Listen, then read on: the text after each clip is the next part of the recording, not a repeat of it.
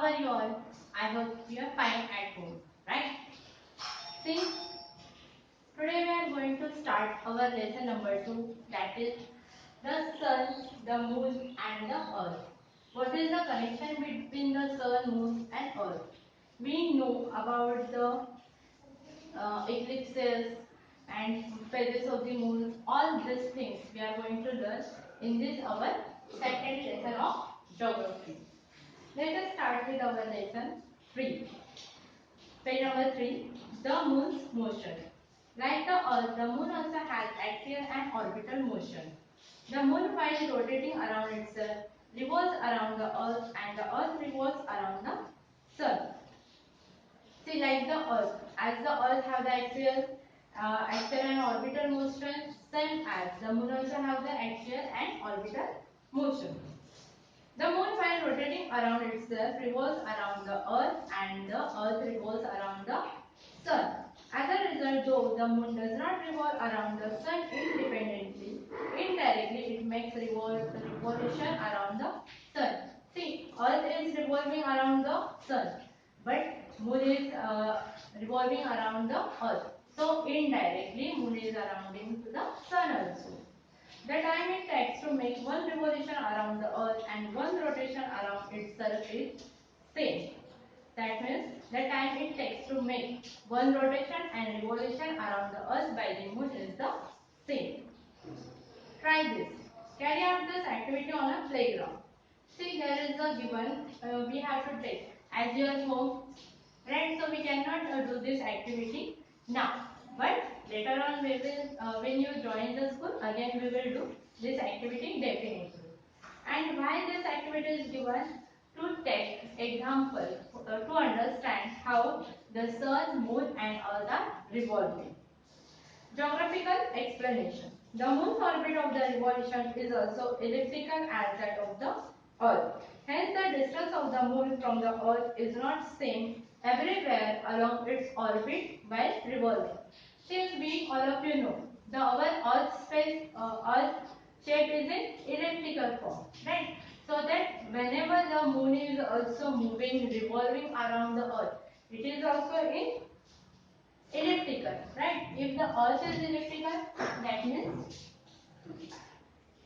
means the moon is also round, revolve or take the revolution like in elliptical form. So the when it is closest to the earth, it is said to be in perigee, and when it is at the farthest the position is called apogee. See, if the moon is closest to the earth, it is called the perigee, and if it is the farthest to the earth, then it is called the apogee. See in figure 2.1, there already given. Perigee, it is about the 3,56,000 kilometer, and the apogee distance you can see it is the more than the perigee, that is the 4,07,000 kilometer. In the figure 2.1 you can see. We have studied the phases of the moon. You know how it waxes from the new moon day to the full moon day and how it wanes from the full moon to the new moon day. How it is accessed? That waxing and waning moon. See, there is a given sun rays you can see. There is the moon's orbit you can see. There is a given the period of waxing moon and period of waning moon.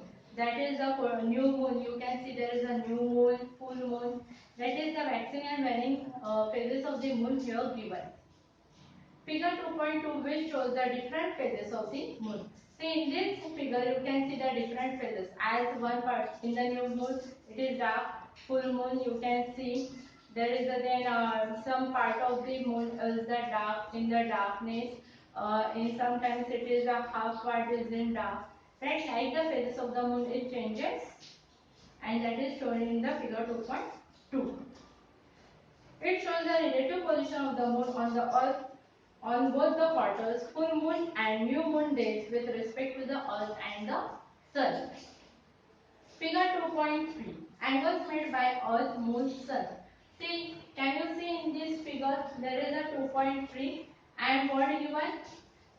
We see phases of the moon in the sky from the earth. They are illuminating portion of the moon. They are showing the illuminating portion of the moon. They become visible to the sunlight reflected from the moon. While revolving around the earth, moon is on opposite side of the sun on a full moon day. See in your picture in figure 2.3 you can see there is moon is opposite side of the earth. Of the earth opposite side of the sun on a full moon day, whereas a new moon day it is positioned between the sun and the earth.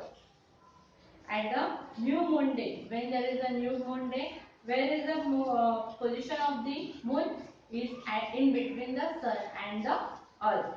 For the full moon day, it is opposite side, and for the new moon day, it is in middle of the sun and earth. On the first and third quarter days, the moon, the earth and the sun make an angle of 90 degrees. At this position, we see half the portion of illuminated moon. Hence, in the sky, it appears semicircular in shape. Can you see there is some angles are given if they are in straight line. That is the sun, moon, earth. If there is a straight line, that means they make the angle 0. See in the quarters. There is a angle they are making the 90 degree, 180 degree, 180 degree and semicircular form. When it is formed, that all the information is given in your textbook. And from this picture, we can see that at the time of new moon day, where is the moon, and at the time of the full moon day, where is the position of the moon. Next is the eclipses. The orbital path of the earth and that of moon are not in same plane. Now we are going to study about the eclipses and what it is given. The orbital part of earth and that of the moon are not the same. They are the different. The moon's revolutionary orbit makes an angle of about pi degree with that of the earth. As a result, the moon intersects the plane of the earth orbit twice during one revolution. See, there is an angle is of the pi degree and at that time the moon is intersect with the earth orbit twice during the one revolution. That means during one revolution the moon is intersect with the earth orbit twice. On each new moon day, the lines joining the earth and the sun and the moon make an angle of 0, where on each full moon day this angle is of 180. See, at the new moon day you can see the angle is 0, and for the full moon day the angle is the 180. So for the new moon and full moon day there is an angle which makes are the different. Even for the sun, the earth and the moon may not be one straight line in same plane on every new moon or full moon day. Hence, eclipses do not occur on each new moon or full moon day. However, sometimes on a new moon day or full moon day, the three fall in one line are in the same plane. Eclipses occur on such occasions. Eclipses may be solar or lunar. See, at the new moon day you can see these three, that is the sun, moon and earth in the same line. And eclipses, there is a all of you know about, I think you know, eclipses are of the solar and lunar eclipses. Now we are going to study about the solar eclipses. See in figure 2.4 you can see there is an angle between the planes of orbit. What is the angle between that? There is a pi degree. Solar eclipses. If the moon is between the sun and the earth, the shadow of the moon follows on the earth. At such a time, these three celestial objects are on the same plane and fall in a one line. Hence, the place on the earth where the moon shadow falls experiences solar eclipses. That means where at the place of the earth where the moon shadow is there. That from this places we can see the solar eclipses. This shadow is of two types. All of you understood what is the solar eclipse? The place where on the earth where the moon shadow is fall down. From this reason, that reason is we can see the solar eclipse. But there are also shadow is of two types. First one is the central portion of the shadow and the periphery is light. That is the central part of the shadow is the dark one, and the periphery outside it is the light shadow. In the area of dark shadow on the earth, the sun becomes completely invisible. This condition is known as total solar eclipse. That means where the dark shadow on the earth, where is the dark shadow from this the sun is totally invisible. We cannot see the sun, and this eclipse is called a total solar eclipse.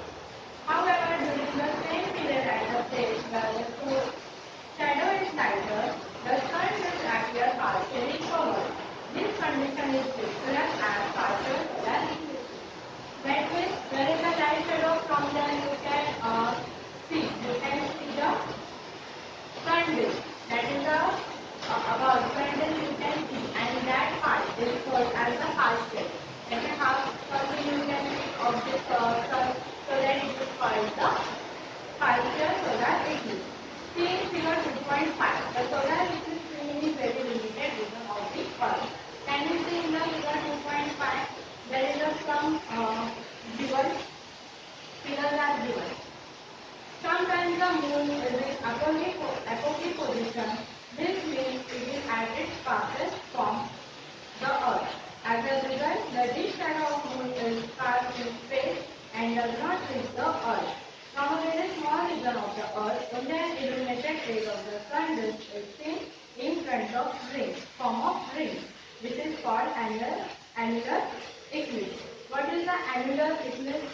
See, that diagram is given. Annular eclipse is also given. That means if the sun is in a apogee position, that is the farthest position from the earth, so its shadow not coming to the earth, and from that region we can see the sun ring. We can see the ring, and that thing is called the lunar eclipse. Annular eclipse. See, like this we are learning about the eclipse, and about the solar eclipse activity we are going to study in our next